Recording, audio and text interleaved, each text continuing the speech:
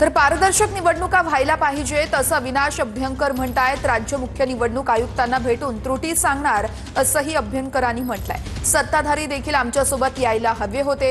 सर्वपक्षीय शिष्टमंडळ राज्य निवडणूक आयुक्तांना भेटणार आहे आणि त्याच अनुषंगानं अभ्यंकरांची ही प्रतिक्रिया।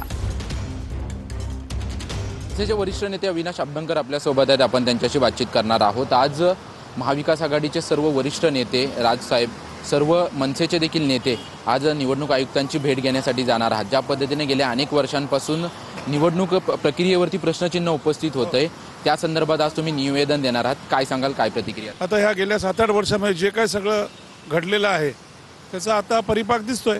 त्यामुळे सगळेजण तिकडे जातील आणि आता तरी मला वाटतं की एवढे सगळे एकत्र आल्यानंतर म्हणजे आम्ही सत्ताधाऱ्यांनी आमंत्रण दिलं आहे। विषय हा पारदर्शक लोकशाहीचा आहे आणि तो आपल्याला पुढे न्यायचा आहे, म्हणून आम्ही सगळेजण मुख्य निवडणूक आयुक्तांना भेटतो आहे आणि मला वाटतं त्यातनं नक्की काहीतरी चांगला मार्ग निघेल। अनेक ठिकाणी दुबार मतदान आहे, म्हणजे आता ह्याच्यावर जेवढं बोलावं तेवढं कमी आहे। पण तुम्हाला दिसेल आता आज चर्चा केल्यानंतर मला वाटतं आज तरी निदान ते मुख्य निवडणूक आयुक्त काहीतरी योग्य तो निर्णय घेतील। कॅमेरामन अमित चिकवणसह निवृत्ती बाबर, TV9 मराठी।